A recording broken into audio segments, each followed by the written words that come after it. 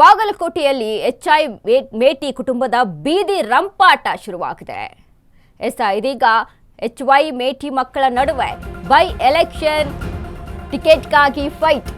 ಬಾಗಲಕೋಟೆಯಲ್ಲಿ ಎಚ್ವೈ ಮೇಟಿ ಕುಟುಂಬದ ರಂಪಾಟ. ಎಚ್ವೈ ಮೇಟಿ ಮಕ್ಕಳ ನಡುವೆ ಬೈ ಎಲೆಕ್ಷನ್ ರಂಪಾಟ ನಡೆದಿದೆ. ಸೋಷಿಯಲ್ ಮೀಡಿಯಾದಲ್ಲಿ ಬೆಂಬಲಿಗರ ಆರೋಪ ಪ್ರತ್ಯಾರೋಪ. ಕಾಂಗ್ರೆಸ್ಗೆ ಮುಜುಗರ, ವಿಪಕ್ಷಗಳ ಪಾಲಿಗೆ ಇದು ಮೋಜಿನ ಆಟ ಆಗಿದೆ. ಕಡೆಗೂ ಎಚ್ಚೆತ್ತ ಕೆಪಿಸಿಸಿ ಜಿಲ್ಲಾಧ್ಯಕ್ಷರ ಮೂಲಕ ಮೇಟಿ ಮಕ್ಕಳಿಗೆ ವಾರ್ನಿಂಗ್ ಅನ್ನ ಕೊಡಿಸಿದ್ದಾರೆ. ಬಾಗಲಕೋಟೆ ಕಾಂಗ್ರೆಸ್ ಜಿಲ್ಲಾಧ್ಯಕ್ಷ ಎಸ್ಜಿ ನಂಜಯ್ಯನ ಮಠ ಎಚ್ಚರಿಕೆಯನ್ನ ನೀಡಿರುವಂತದ್ದು. ಟಿಕೆಟ್ಗಾಗಿ ನೀವು ನಡೆಯುತ್ತಿರುವಂತಹ ವಾರ್ ಕೂಡಲೇ ನಿಲ್ಲಬೇಕು, ಇಲ್ಲದೆ ಹೋದಲ್ಲಿ ಪಕ್ಷದ ಚೌಕಟ್ಟಿನಲ್ಲಿ ಕ್ರಮ ಕೈಗೊಳ್ಳಲು ಹಿಂಜರಿಯಲ್ಲ. ಮೇಟಿ ಕುಟುಂಬದಲ್ಲಿ ಯಾವುದೇ ಗುಟ್ಟಾಗಿ ಉಳಿಬೇಕಿತ್ತೋ ಅದು ರಟ್ಟಾಗಿದೆ. ನಿಮಗೆ ಟಿಕೆಟ್ ಬೇಕಿದ್ರ ಸಿಎಂ ಡಿಸಿಎಂ ಅನ್ನ ಕೇಳಿ. ಗೂಳೇದ ಗುಡ್ಡದ ದುಷ್ಟ ಪರಿಣಾಮ ವಿಚಾರಕ್ಕೆ ಸಂಬಂಧಪಟ್ಟಂತೆ ಈಗಾಗಲೇ ಒಂದಿಷ್ಟು ವಿಷಯಗಳು ಕೇಳಿ ಬರ್ತಾ ಇರುವಂತದ್ದು.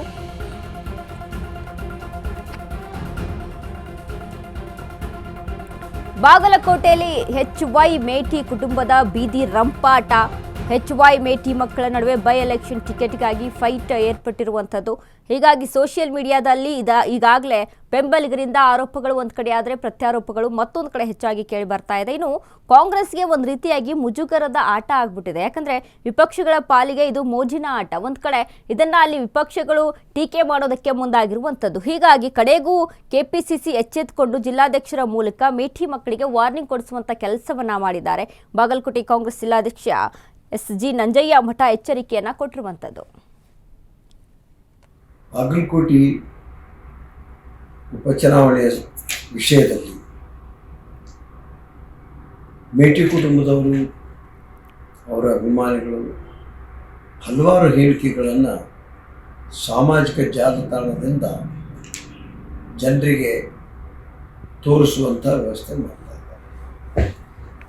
ಇಲ್ಲಿ ಮೇಟಿಯವ್ರ ಮನೆಯಲ್ಲಿ 4 ಜನ ಟಿಕೆಟ್ ಆಕಾಂಕ್ಷಿಗಳಿದ್ದರೆ ಅರ್ಜಿ ಕೊಡಲಿ, ಅಭಿಮಾನಿಗಳಿಂದ ಈ ರೀತಿ ಹೇಳಿಕೆ ಕೊಡ್ತಕ್ಕಂಥದ್ದು ನಿಲ್ಲಬೇಕು.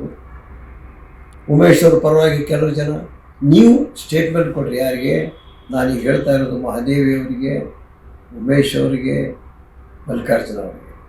ನೀವು ಯಾವುದೇ ಸಾಮಾಜಿಕ ಜಾಲತಾಣದಲ್ಲಿ ನಮ್ಮ ಪರವಾಗಿ ಏನು ಹೇಳಿಕೆ ಕೊಡಕೂಡದು ಅನ್ನುವಂಥದ್ದನ್ನು ನೀವು ಸಾಮಾಜಿಕ ಜಾಲತಾಣದ ಮುಖಾಂತರನೇ ಹೇಳಿ. ಪಕ್ಷದ ಶಿಸ್ತಿಗೆ, ಒಕ್ಕಟ್ಟಿಗೆ ಇತ್ತೀಚಿನ ಹಲವಾರು ಹೇಳಿಕೆಗಳು ಮುಜುಗರ ತರ್ತಾ ಇವೆ. ಕಾರ್ಯಕರ್ತರು ನೊಂದುಕೊಳ್ತಾ ಇದ್ದಾರೆ. ನನಗನ್ನಿಸ್ತಿದೆ ಇವರು ಅತಿಯಾದಂಥ ಹೇಳಿಕೆಗಳು ಒಬ್ಬರೊಂದು ಇವರಲ್ಲಿ ಒಕ್ಕಟ್ಟು ಇಲ್ಲೇ ಇಲ್ಲಲ್ಲ ಅನ್ನುವಂಥದ್ದು ಸಾಬೀತಾಗ್ತಾ ಇದೆ.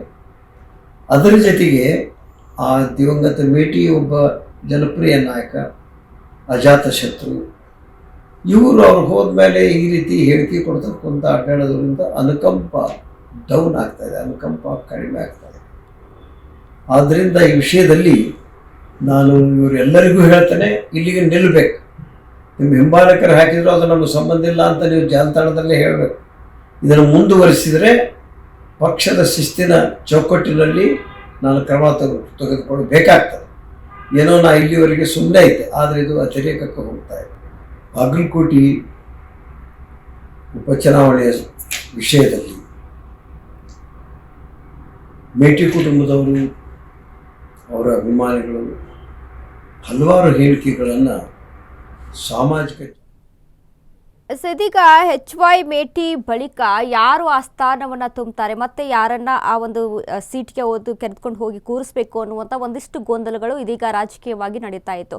ಇನ್ನು ಮೇಟಿ ಕುಟುಂಬದ ವಿಚಾರಕ್ಕೆ ನಾವು ಮಾತನಾಡೋದಾದ್ರೆ ಮಲ್ಲಿಕಾರ್ಜುನ್ ಮೇಟಿ ಆಗಿರ್ಬೋದು, ಉಮೇಶ್ ಮೇಟಿ ಆಗಿರ್ಬೋದು, ಇವರು ರಾಜಕೀಯವಾಗಿ ಅಷ್ಟು ಮುನ್ನೆಲೆಗೆ ಇದ್ದಂಥವ್ರು ಅಲ್ಲ.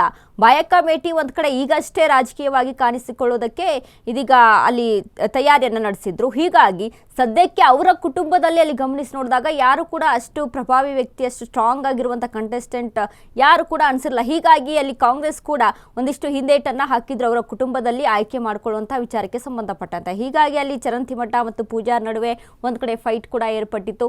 ಹೀಗಾಗಿ ಯಾರು ಯಾರಿಗೆ ಸೀಟನ್ನು ಅಲ್ಲಿ ಒದಗಿಸಿ ಕೊಡಬೇಕು ಅನ್ನುವಂಥ ಗೊಂದಲಗಳು ಸಾಕಷ್ಟಿದ್ವು. ಆದರೆ ಇದರ ನಡುವೆ ಇದೀಗ ಈ ಒಂದು ಕುಟುಂಬದ ಏನು ಹೊಡೆದಾಟಗಳು, ರಂಪಾಟಗಳು, ಬೀದಿ ರಂಪಾಟಗಳೇನಿದ್ದಾವೆ, ಇದು ಒಂದು ಕಡೆ. ಮತ್ತೊಂದು ಕಡೆ ಇದೀಗ ಕಾಂಗ್ರೆಸ್ಗೆ ಒಂದು ಮುಖಭಂಗ ಮಾಡುವಂಥ ಕೆಲಸವನ್ನ ಮಾಡಿದೆ. ಯಾಕಂದ್ರೆ ಇದ್ರ ಬಗ್ಗೆ ವಿಪಕ್ಷಗಳಿಗೆ ಆಹಾರವಾಗಿಬಿಟ್ಟಿದೆ ಈ ಒಂದು ಮಾತು. ಎಲ್ಲರೂ ಕೂಡ ಮಾತನಾಡುವಂಥ, ಟೀಕೆ ಮಾಡುವಂಥದ್ದು, ಲೇವಡಿ ಮಾಡುವಂಥದ್ದು ಹೆಚ್ಚಾಗಿ ಇಲ್ಲಿ ಕಂಡು ಬರ್ತಾ ಇದೆ.